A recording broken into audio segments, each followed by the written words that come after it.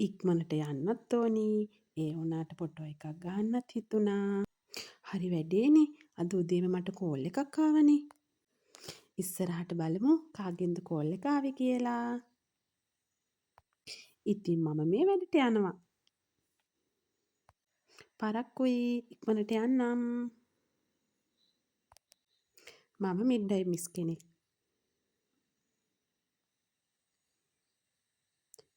මේ ඉන්නේ අපේ මොච් එකේ ලොකු මිස්. අපි ආදරේට කියන්නේ ලොකු මිස් කියලා. මට උදේම කෝල් එක ආවේ ලොකු මිස්ගෙන්. අද මගේ මේ ඔෆිස් එක බලන්න ලොකු මිස් එනවා කියලා. ඒ කියන්නේ ඔෆිස් සුපර්විෂන් එකක්.